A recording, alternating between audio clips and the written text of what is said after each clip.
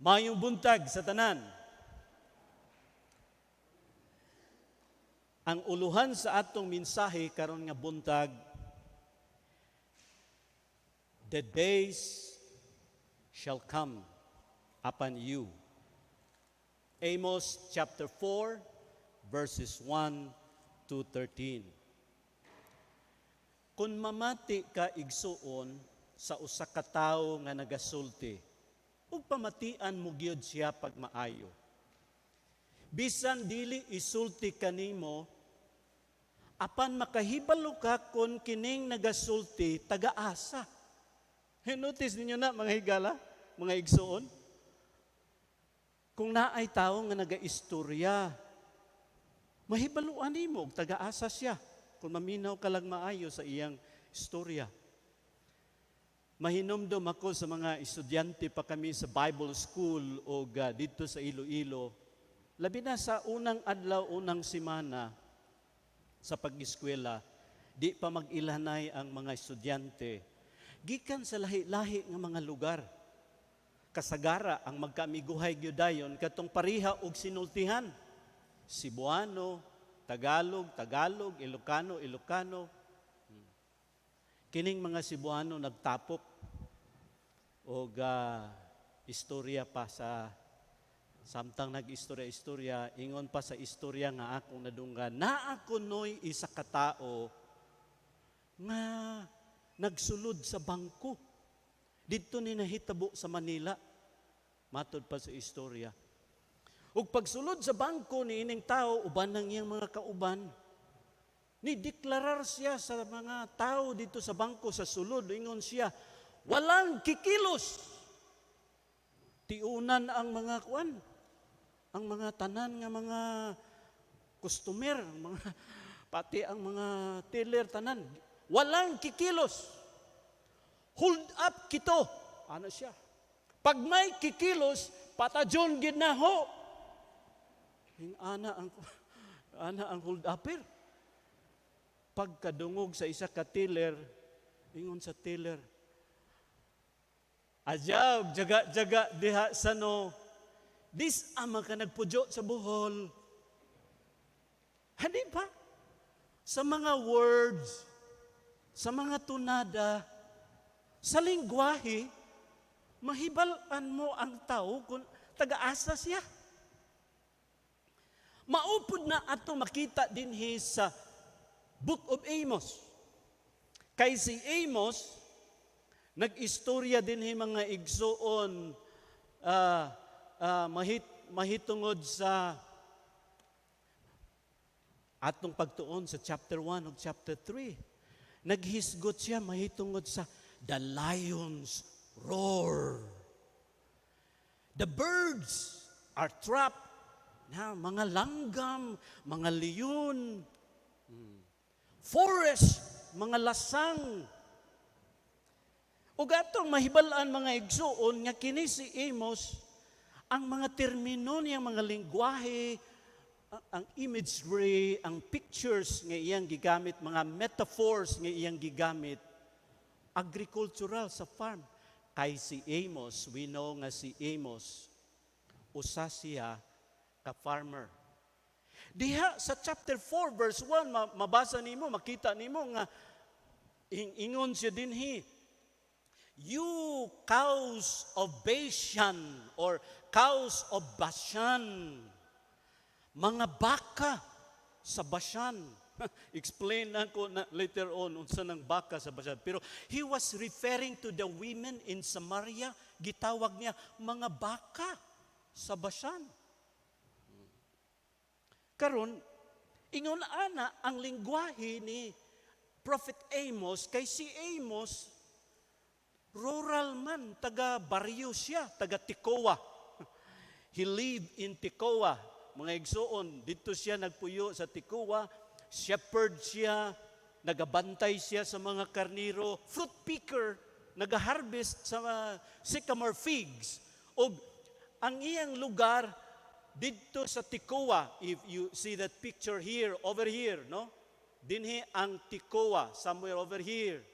Mao kani ang Judah, which is the southern kingdom, and Israel or the northern kingdom composing of 10 tribes. Mao kana ang gigikanan ni Prophet Amos. He was a shepherd, was called by God, gitawag siya sa Ginoo, pagwali, mahitungod sa pagbadlong sa sala, rebuke of sin. He preaches about the coming judgment if God's people will not repent. He was calling people to repentance, and he preached about the hope of salvation in God. In the northern kingdom, dinhining bahina, can you imagine, gikan siya nining maong dapit somewhere over here, Tikoa, o ni panaw siya, niglakaw siya, o nag-anhi siya aning bahina, dinhi particularly sa Bethel, o dito nagwali siya sa pulong sa Ginoo. Panahon nga ang hari sa northern kingdom si King Jeroboam II. Sa Judah, southern kingdom, ang hari si King Uzziah. Now we know nga his message was coming from God, gikan sa Diyos. But even his message and his ministry was not welcome in this place. Dinhi nagwali siya, wala siya gi-welcome. Persona non grata, tawag pa, unwelcome nga tao. In fact, the top religious leader who was the priest Amasaiah, giabog siya. He was driven. Amos chapter 7, di ba? Mabasa mo diya 7 verse 12 and 13. Giingnan siya ni Amasaiah, balik Amos dito sa inyong lugar. We do not like your preaching here. Go home. Dito ka magtrabaho sa imong pagka-propeta, but not here in the sanctuary of the king. Na people there don't have a taste and ears towards his message. Wala sila'y dalunggan, wala sila'y panglasa sa pagwali ni Prophet Amos, because he was hitting them against their sin. No? Ginaigo sila ni Amos sa ilahang mga sala. O si Amos nag-pronounce sa paghukom sa Ginoo kanila kung dili sila maghinulsol. Kay kini mga igsuon na hitabo sa tuig 760 to 750 BC.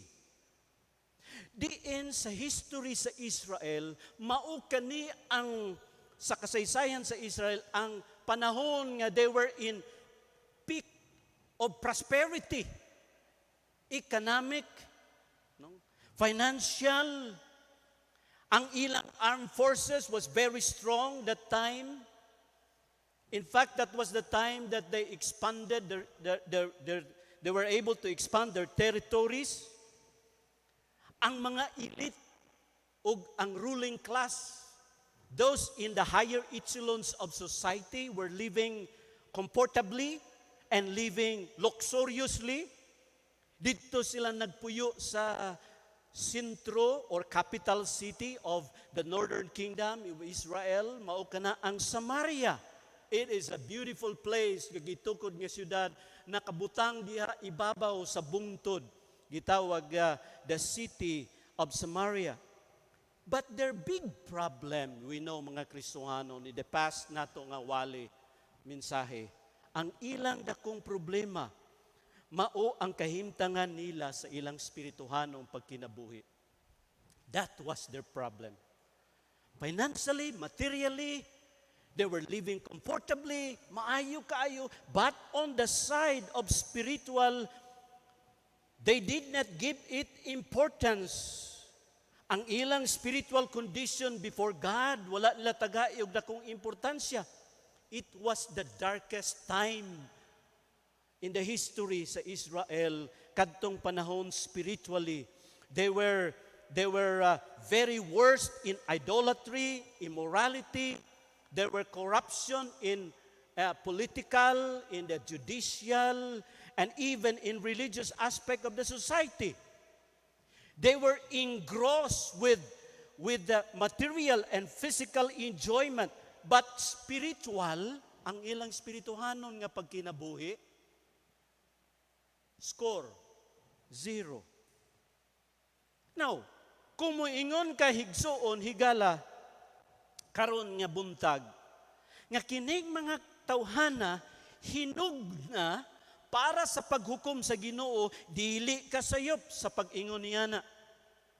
That's the reason nga ang Dios nagpadala kang Amos ngadto sa maong dapit aron pagpahibalo kanila, pagpukaw kanila, to waken them up and to warn them of the impending judgment, ang paghukom sa Ginoo nga magaabot. So, in chapter 4, if you read that as I have studied that, ang main sentence diin nakaangkla ang mga pangunahunang uban dinha sa mao nga kapitulo, kanang makita nimo sa verse 2 nga nag-ingon, "Behold, the days are coming upon you." Tan-awa ang mga adlaw mag-abot na diha kaninyo. Mao kani ang mensahe, o makita nimo pud na nga phrase dito sa chapter 8 verse 1, nag-ingon dito si Amos, "Thus the Lord God showed me, behold, a basket of," or verse 11, "Behold, the days are coming, says the Lord." Ang mga adlaw mag-abot na.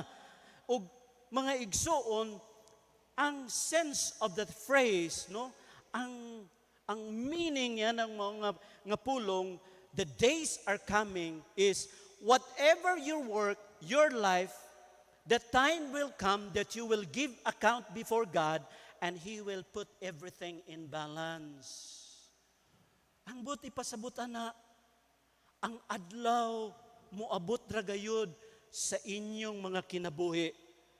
Buting nun nga kung unsa man ang imong pagkinabuhi, kung unsa man ang imong binuhatan, moabot ang adlaw nga ibutang ra gyud sa Ginoo ang tanan diya sa iyang timbangan.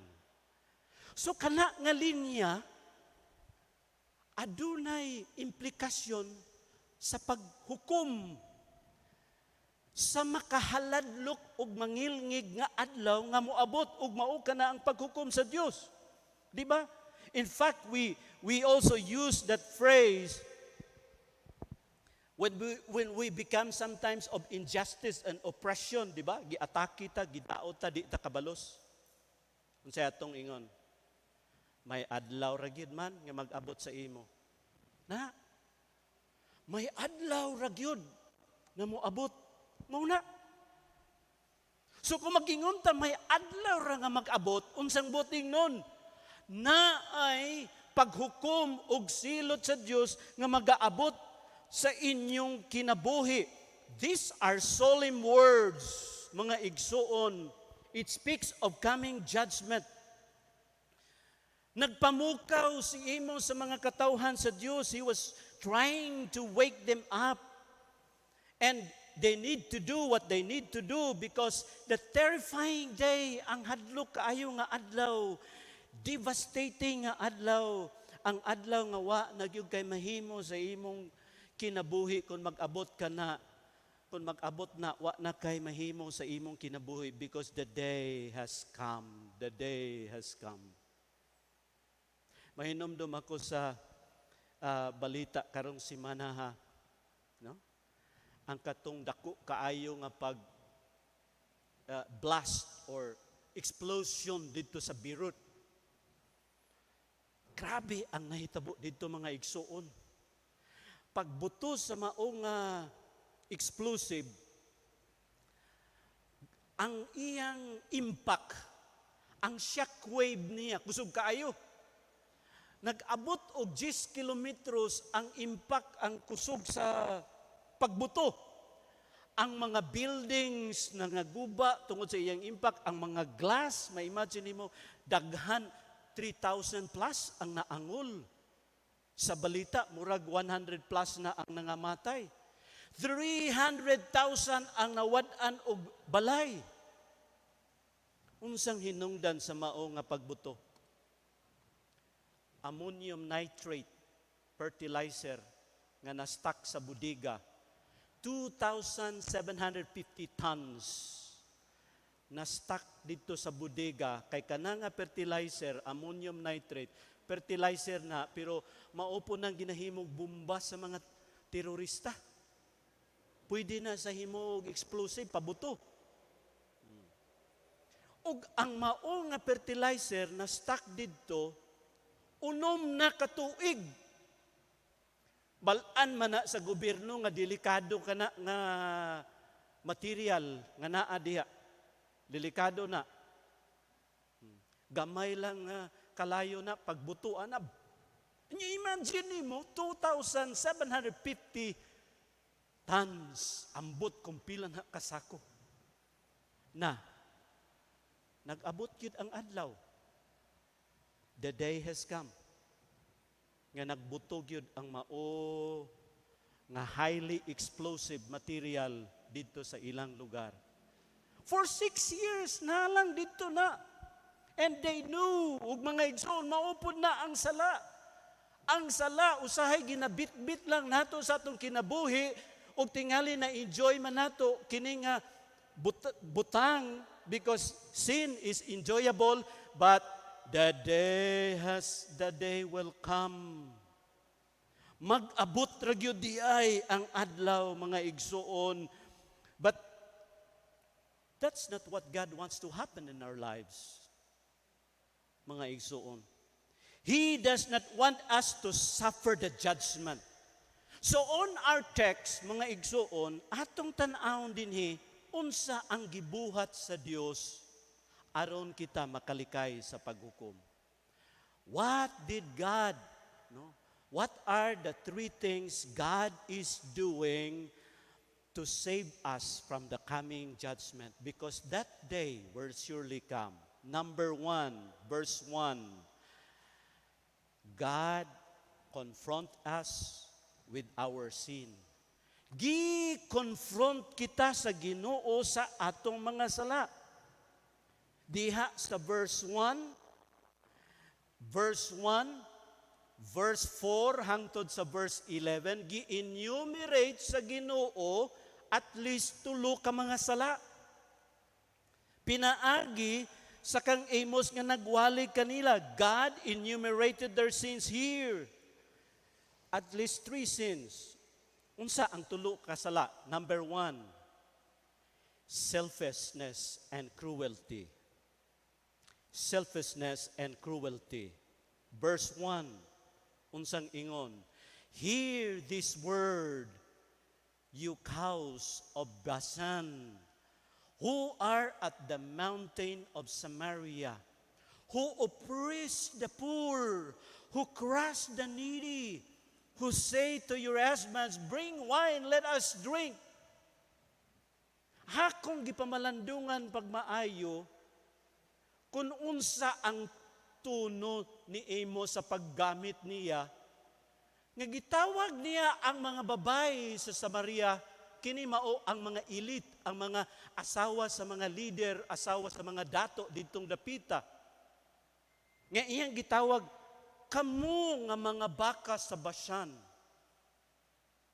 Unsa man pagkagamit niya na ni Amos? Was he using it sarcastic?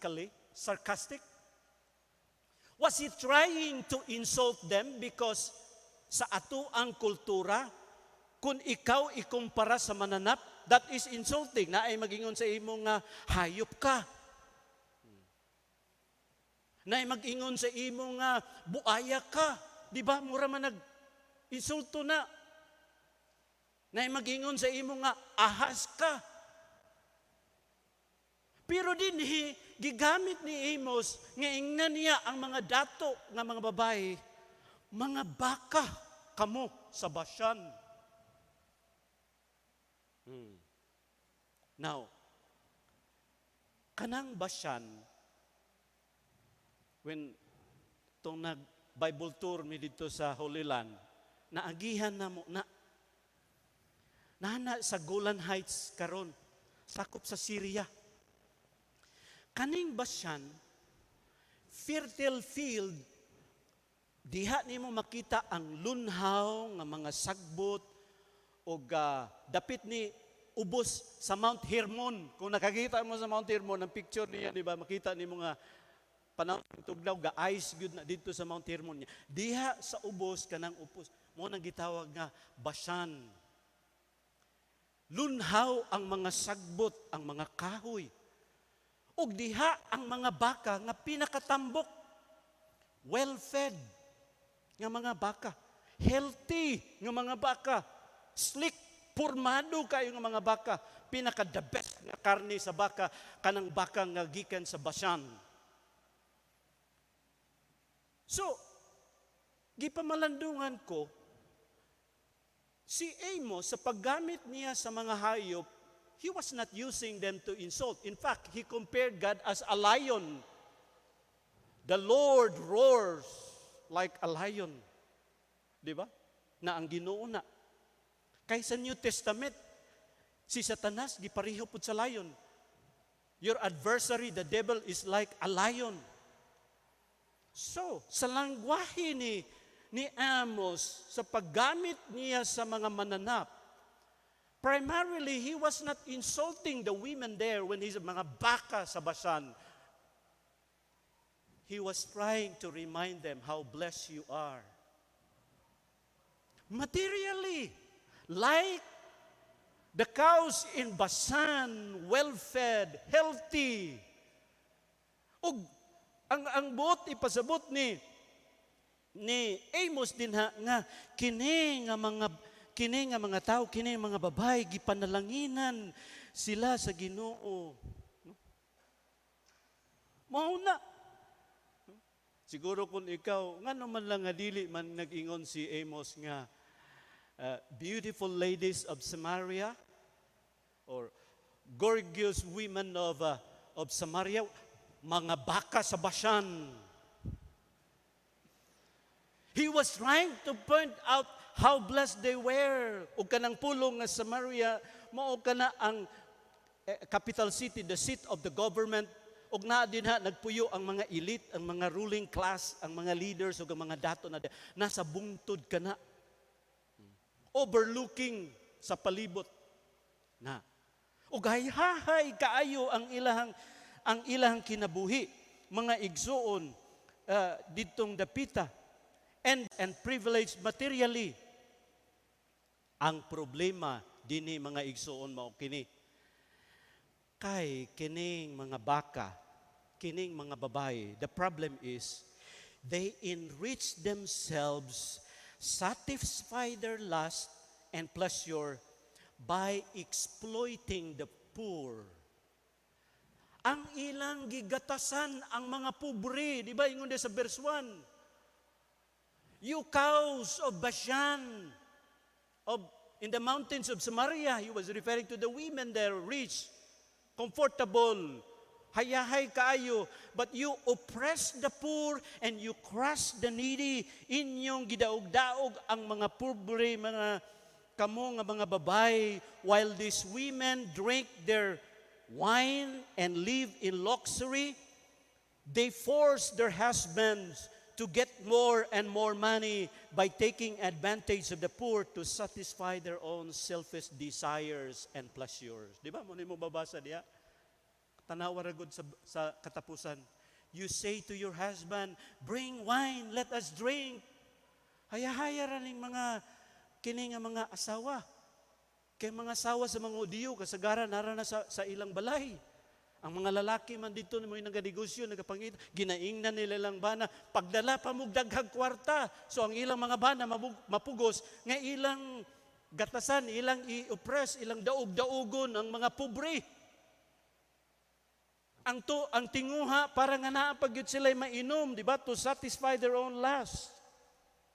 And so we see here, mga Kristohanon, mga igsuon, God blessed them with abundance, but they were so selfish and greedy and cruel that instead of helping the poor, ila hinuon nga gidaog-daog ang mga pobre. Nakahibalo ba kita ngano nga ginapanalanginan sa Ginoo iyang mga katawhan? Ingon sa Ginoo sa kang Abraham, saad sa Ginoo kang Abraham, I will bless you and you will become a blessing to others. God bless you and me in order to become a blessing to others. Nga makatabang kita sa uban, labi na sa mga naa sa kalisod. Mauna nga to, makita bisan pa kang Jesus Christ. Si Jesus Christ wala nag-identify sa iyang kaugalingon sa mga dato. Si Jesus Christ nagwali o nag-atinder dito sa mga naa sa kapobrihon. Diha sa Book of Acts makita nimo nga ang mga babaeng balo nga they have the no source of livelihood, gitabangan sila sa iglesia. Kaya kung ang Ginoo nagpanalangin sa ato mga igsoon, ato pod hatagan og bahin nga makashare kita. When God bless us, bahinon nato sa katulo ang atong panalangin. Una, spend. Number 2, save. Number 3, share. SSS. Kana, tulo ka SSS when God bless us. Part of it, we will use it to spend for whatever needs we have. But you are not to spend it all for yourself. A wise man will also save, di ba? Mag-save siya part of what God has blessed him. Pero dili lang po tanan na i-save. Dili lang po tanan nga igasto niya sa iyong kaugalingon. There's a part of it that you need to share. Because it is sin not to share God's blessing which He has blessed us. Maunang pagsaway diri. Ang una gyud nila nga sala, kay sila naa sa kahaya, luxury, ug ang ilang mga igsoon, ilang mga pobre, ilang ginadaog-daog nga imbis ilang tabangan. That's what we see here, mga igsoon. You don't think only of yourself because that's selfishness and it is sin not to share our blessing to others. Amen? Na, ikaduha nga sala, mga igsoon nga makita nato. Not only selfishness and cruelty, but also hypocritical worship. Verse 4 and 5. Look at your Bibles. Nag-ingon. Let's read all together. Verse 4 and 5. Ready, begin. Come to Bethel and transgress. At Gilgal, multiply transgression. Bring your sacrifices every morning, your tithes every 3 days. Offer a sacrifice of thanksgiving with leaven. Proclaim and announce the freewill offerings, for this you love, your children of Israel, says the Lord. Kabaluga kanang Bethel o Gilgal, kani ang Samaria, diri ang Southern Kingdom, Jerusalem capital, ng Tekoa diri, niyan si Amos din o diya si nagwali. O gingon siya sa mga tao diri, come to Bethel and transgress. Unsa man day na sa Bethel? Unsa dayang naa sa Bethel, mga igsuon? Ang naa sa Bethel, simbahan, templo nga gitukod ni King Jeroboam I. Naay temple din kay ang hari sa Northern Kingdom, dili niya gusto nga ang mga tao mutabok din sa pikas din sa Jerusalem. That is supposed to be their center of worship. Jerusalem, naa din na ang templo. Pero ingon ni King Jeroboam, which is the father, katong una nga Jeroboam I, ingon siya, nga basig, mawala ang loyalty sa mga tao dinhi sa Northern Kingdom, kay nagsige na sila adto dito, para nga dili sila manabok diha sa ilang pagsimba, magtukod kog simbahan dira. Pero aning duha ka lugar, nagbutang pod si Jeroboam, duha ka golden calves. 2 golden calves, mga igsuon. Nga, kung naay ilang place of worship ng dapita, diha sa kilid, naapon ni ilang gitukod. Nga ilang yukbuan, o ilapod nga ginasimba. So, pag ingon ni Amos, come to Gilgal and transgress, that is sarcasm, di ba? Anhi mo diri sa Gilgal og dugangi adto kamo sa Bethel og sa Gilgal, i-multiply dugangi pagiyod ang inyong sala. Ingon ni Amos, pagdala mo sa inyong sacrifices every morning, kada buntag gala, sige, adtugin mo dito sa simbahan. Dalha ang inyong mga offerings every 3 days. Nga sa ila sa mga Hudiyo, magdala sa ilang offering is kausa lang sa katuig o 3 times lang sa isa katuig. Karon ingon ni Amos, sige, every 3 days, adto mo dito. Ug dugangi ang inyong sala. Ingon siya dinhi sa verse 5, offer a sacrifice of thanksgiving with leaven. Kanang mga sacrifice, kung gina-offer na, wala na'y leaven, wala'y tigpatubo. Kay kanang tigpatubo, leaven, or kanang yeast, simbolo na sa sala. So ang ilang mga offering, wala na'y mga leaven. Sa offer your thanksgiving with leaven. Ingon pa, proclaim and announce. Nga naka-offering mo, wala, ipahibalog yun, nga naka-offering mo. Ingon dayon si Amos din na, for this you love, this is what you love, this is what you like. Sige, simba pa mo, sige, ato mo sa Bethel, ato sa Gilgal, ang ilang ginahimo. Ang Bethel, mahinomdom ta sa history, Bethel is a secret place.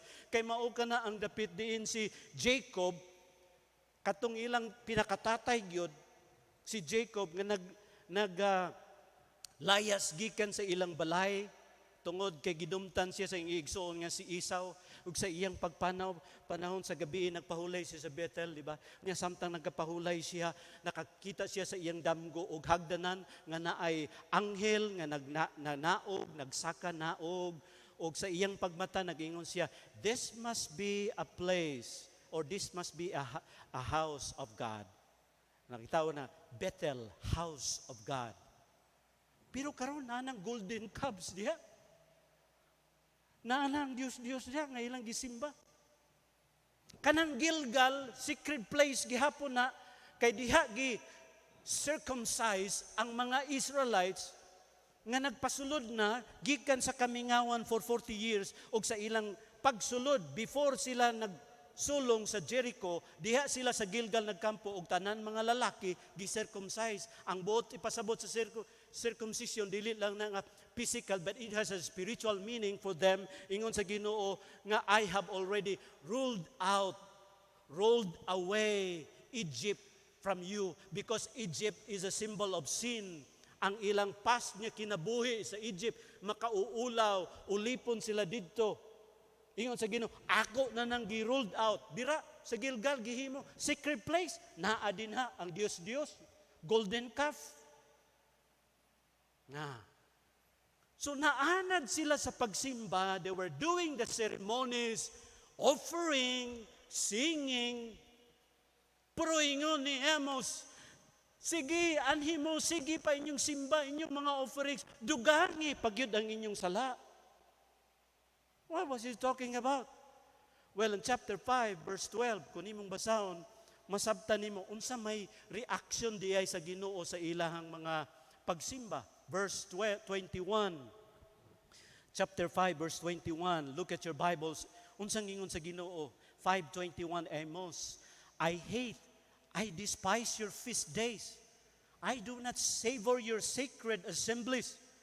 Though you offer me burnt offering and your grain offering, I will not accept them, nor will I regard your fattened peace offerings. 23, take away from me the noise of your songs, for I will not hear the melody of your strength instrument, but let justice run down like water and righteousness like a mighty stream. Unsa man ang reaction sa Ginoo sa ilahang mga pagsimba, ilang mga assemblies, ang ilang mga offering, ang ilang mga kanta, ingon sa Ginoo, dili ko na nadawaton. Wala ko nalipay sa inyong mga offerings. Kini ang akong gusto, ingon sa Ginoo, let justice run down like water, ang hustisya. Because they were oppressing the poor, di ba? Ingon niya sa verse 24, righteousness, let the righteousness flow like a stream. Mga igsoon, maingon ta nga hypocritical worship ang ilang sala kay mauman. Sige silag simba, ang ilang kinabuhi, walay kausaban. Parihara gyapon ang ilang pagkinabuhi sa mga pagano, ang ilang pagtratar sa ilang mga igsuon nga pobre, ilang ginadaog-daog ingon sa Ginoo, dagko ang inyong mga offering, adlaw-adlaw mo mag-offering, abi ninyo nalipay ko ana nga sa pikas nga bahin, inyong gidaog-daog ang inyong ingon sa Ginoo kanang inyong kanta, alingog-ngog lang na sa akong dalunggan. I do not accept it anymore. So we see here, mga Kristohanon, nga gi-point out ni Amos sa ila, nga they were religious. But the big question, was God accepting their worship? Ang Ginoo nalipay ba, na honor ba ang Ginoo? Gidawat ba sa Ginoo ang ilang pagsimba? And worship that honors God is not primarily on the assembly, it's not primarily on the offerings, it's not primarily on the singing. Because even if we do those things, but if we are living and hiding and keeping sin in our lives, ingon sa Ginoo, mga hipokrito kamo. Di ko dawato ng inyong mga pagsimba, wa ko nalipay ana. So niya ang pangunahuna mga igsuon nga ato makuha dinhi. Dito sa Romans chapter 12 verses 1 and 2, makita nimo dito unsa ang espirituhanon nga pagsimba.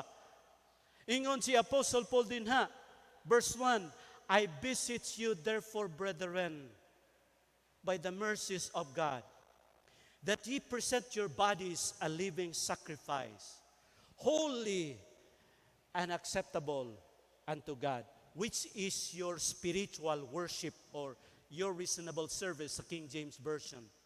Unsa ingon sa verse 2? And be not conformed to this world, but be ye transformed by the renewing of your mind, that ye may prove what is that good and acceptable and perfect will of God. Here's the point, mga Kristohanon. Ang tinuod nga pagsimba mahitabo when there is consecration and transformation. Di ba? Romans 12:1. Offer yourselves as a living sacrifice. Kining mga katawhan sa Samaria, no? Dagko ang ilahang mga halad, halos kada adlaw sila maghalad. They think they became acceptable to God.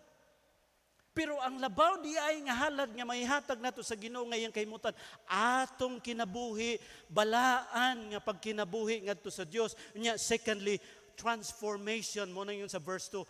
Be not conformed to this world, but be transformed by renewing your mind.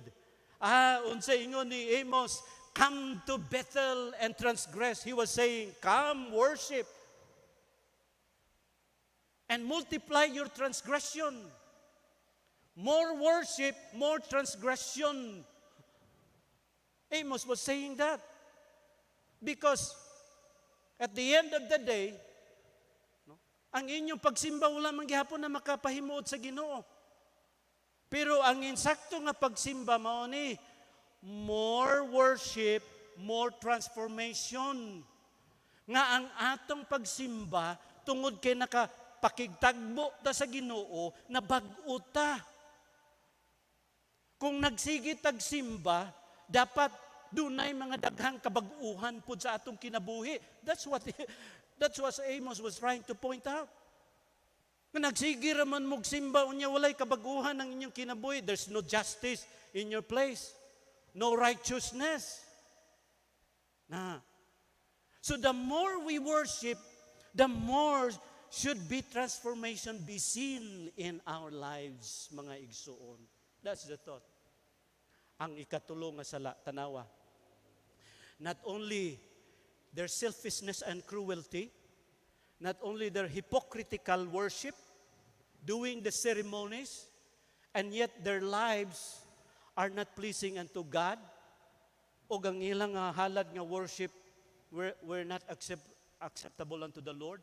Makita nato dinhi nga ikatulo diri is ang ilang sala, hard-heartedness.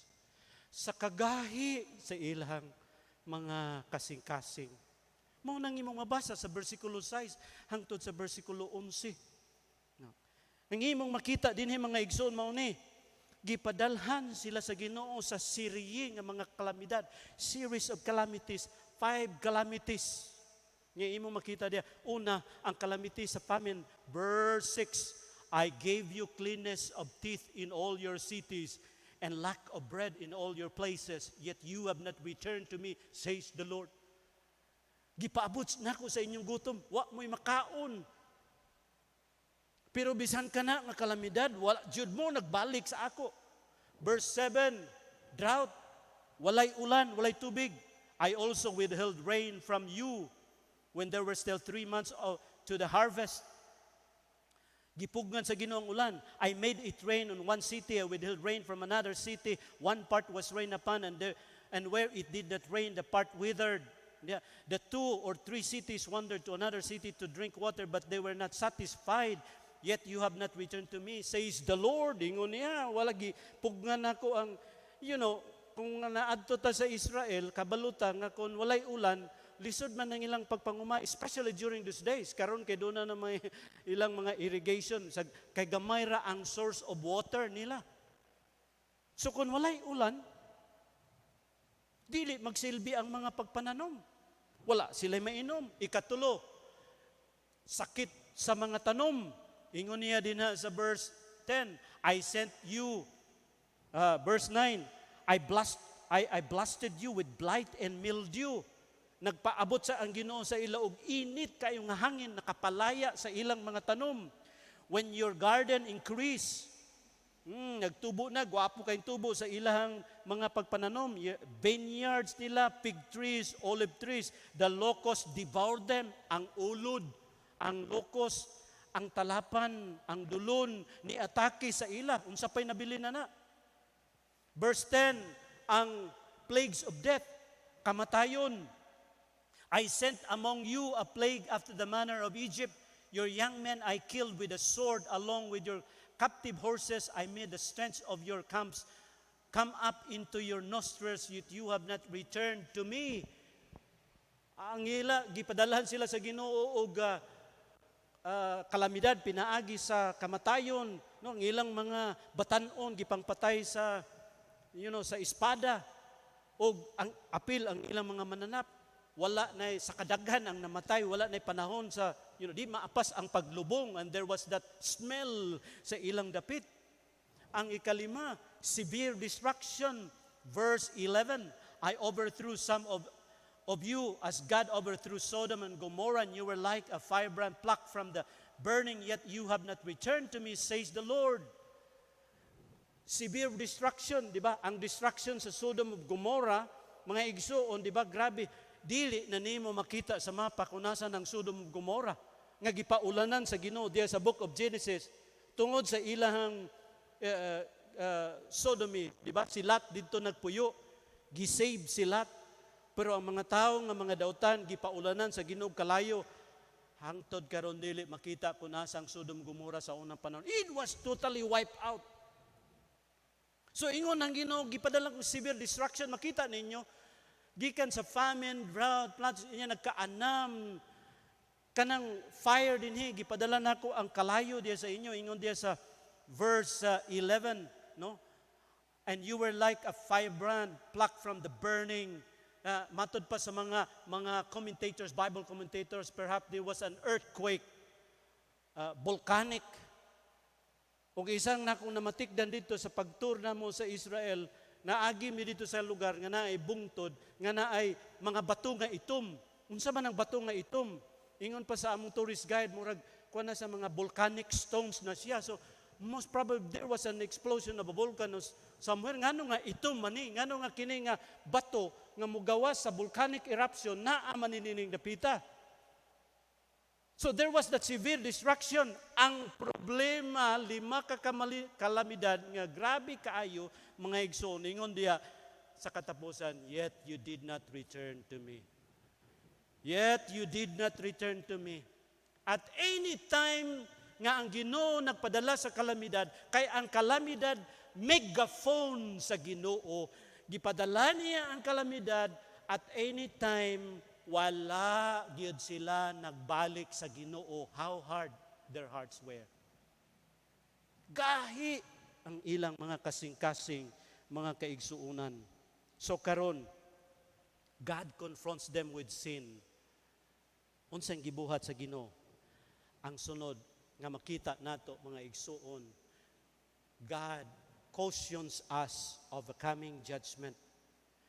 Ay, kinagbagahi mo sa inyong mga sala, ingon sa Ginoo, niya, the day shall come. Makabot na gyud ang adlaw.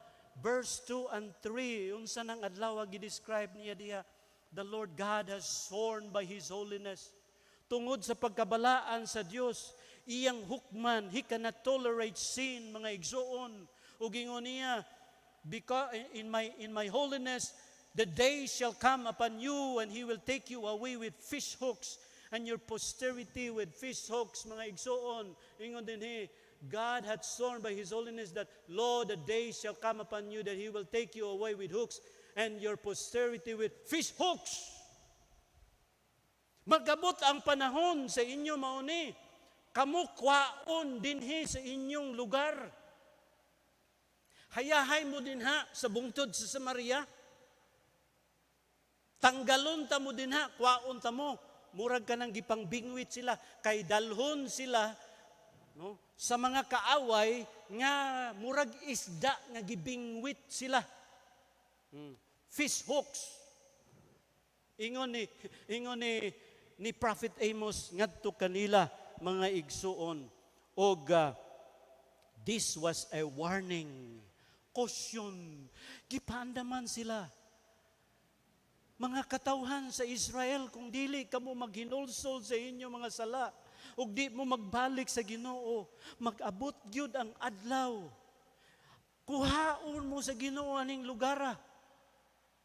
Ug dalhon kamo sa kaaway, pinaagi sa mga taga, sa bingwit dinha sa inyong, ug imong basahon sa history, matod pa, ang katumanan niya ni mga igsuon, kining tagna ni Amos, diha sa 2 Kings 17:5 and 6, unsang ingon din na.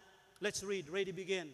Then the king of Assyria came up throughout all the land and went up to Samaria, besieged it 3 years. Sa man ang besiege, gilockdown sila, di ba ang Samaria na sa ibabaw tungtong diha. Dili man basta-basta nga maigo sa ilang kalaban, di gani makaabot dito ilang pana, kay habog kay ito sila sa ibabaw. Pero gikulong sila.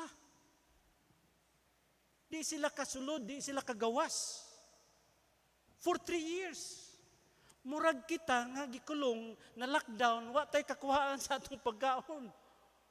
O kung tulo na katuig, nga wa mo'y pagkaon, unsa na ang kahimtangan na sa mga tao? Wa na, namayat na, nangaluya na sila. Dayon, gisulod sila, 9th year of Uzziah. Because this happened 28 years later. Nagwali si Prophet Amos 760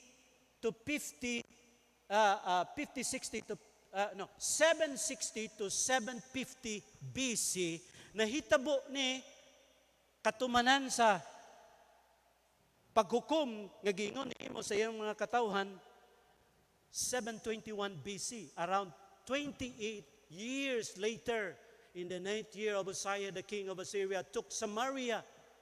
Gisulod na gyud.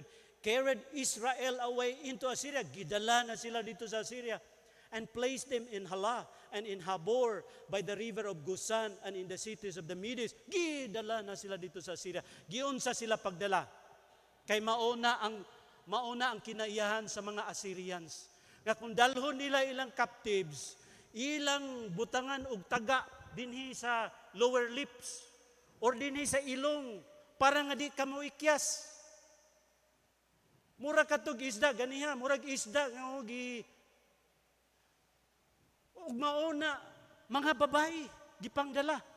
Dili lang na nga maunang kahimtangan, wala pag yung mga sanina na gipanghubuan ng mga babae gikan sa mga nanay hangtod sa mga apo.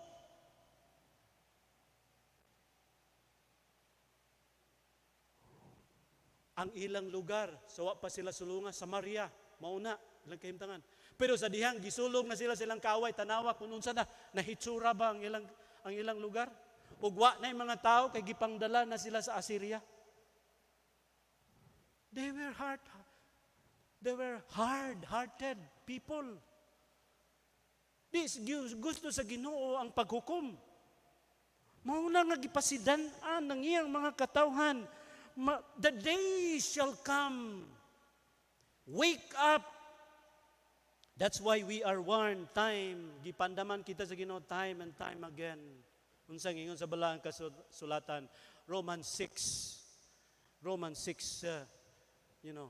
kung maghukom ang Ginoo, makita nato, mauna na ang ruins karon kung magbisita didto.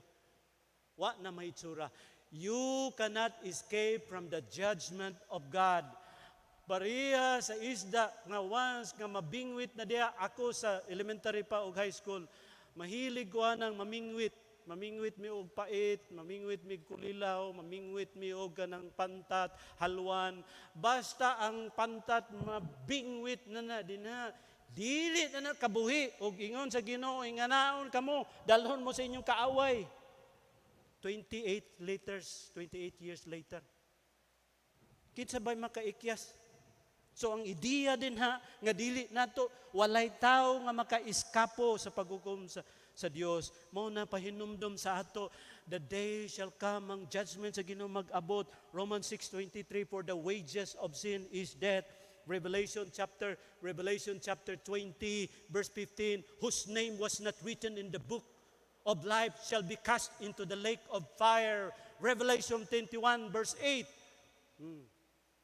Unsang ingon dito? But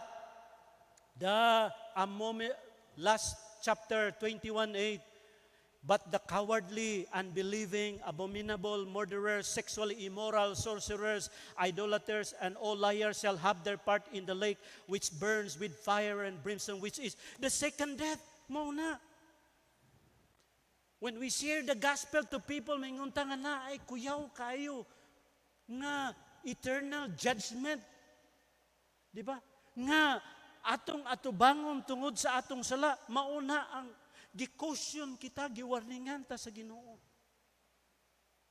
Ang katapusan, mga igsuon, kay di gusto sa Ginoo nga maadto ta, mahulog kita sa paghukom sa Ginoo. Gi-confront niya ang atong mga sala. Every Sunday we come, we listen to the sermon. Mo-prepare gyud na siya. Muragwa pa man siya schedule karon, pero gina-maintain gihapon niya ang iyang lawas niya. Pananglitan ikaw, na-schedule ka nga moaway kay Brother Charlie. Ha? Unsay buhaton mo? Kaya karon na si Brother Charlie. Karon, kung kini ang imong kalabanon, Mike Tyson, nga halos sa tanan niya nga boxing, wara na abtag isa ka minuto, nangatumba na sa iyang kumo. Og mubalik kuno siya away karong September 20 or 22. 52 na ang iyang. Kay kani nga boxer, ingon niya, pag muaway ko, wala na ko nahuna-huna nga mabuhi pa ko. Pag-away ana niya, ihatag na niya tanan nga kumo, di ba? Di mahadlok og kumo, iyang atubangon ng kumo. Ingon sa, it's either ako maka-knock out or ako ang mamatay. Kay mutagbo manig kumo. Pero makasumbag po ni, bisag isa lang kasumbag, agoy. Ischedule ka, nga mo fight kang Mike Tyson. Unsang buhaton mo? Kahadlok ana. Pero nagtuo ko, nga kung nga adlaw mo, abot nga makig-away kang Mike Tyson, mag-prepare pug ka. Saka-saka kagagdan. Iboton mo. Dagan-dagan ka sa highway. Kaya ang imong kalaban, kusgang kayo, dili basta-basta. Huwag maon, ang buti pasabot sa di amos dire. Kay di mangyud mo, kay gahi mangyud mo, di mangyud mo maghinulsol, hala pag-andam mo, pag-inkwentro sa Ginoo sa paghukom. Unya, kanara bang inyong katubangon, ingon siya, kanara ba inyong imit ang inyong Ginoo? Maura ba naigamhanan sa tanan? Maura ba naghimo sa langit? Siya ba ang nakahibalo sa tanan? ug naa sa iya tanan ng paghukom. Ingon si Amos, prepare. Pero kanang pulo nga prepare, murag hadlok. Pero niyang isa niya kahulugan sa pikas nga bahin. The word prepare here, mga igsuon, would also mean a forewarning to give us opportunity to repent. Pag ingon ni Amos, prepare, grabe ni kalaban nato, di nato ni mabangbang. O gitagaan pa sila sa Ginoo sa opportunity nga makarepent sila, makahinungsol sila para nga maluwas sila sa paghukom in order to avert the punishment that's going to be upon them if they repent. How many years before the Assyrian invasion happened? 28 years pa, gikan sa pagwali ni Amos. And yet they did not repent. And what happened? Devastating. So, here is, kanang word na prepare is also a call of repentance. Ingon sa Ginoo, prepare. Ginatagaan og opportunity kahigayunan nga makahinungsulta para nga dili ta mahiagom sa paghukom nga ipaabot sa Dios batok sa sala. Kay ingon ni Apostol Pedro, God is not delaying, wala siya nagadugay. Only that He is not willing that any man should perish, but that all should come to repentance. Kaya kung mubalik ang Ginoo, mubalik na unta siya karon. Ngano nga, wa pa man mubalik ang Ginoo. Iya pang ginatasaan ang panahon, oportunidad, na makapamalandong ta, makapanghinuktok ang mga katawhan, o makahinulsulta, kay kung mag-abot na gyud ang paghukom sa Ginoo, mas grabe pa ang kalaglagan nga mahiguman sa mga katawhan. Jesus said, except ye will repent, ye will all likewise perish.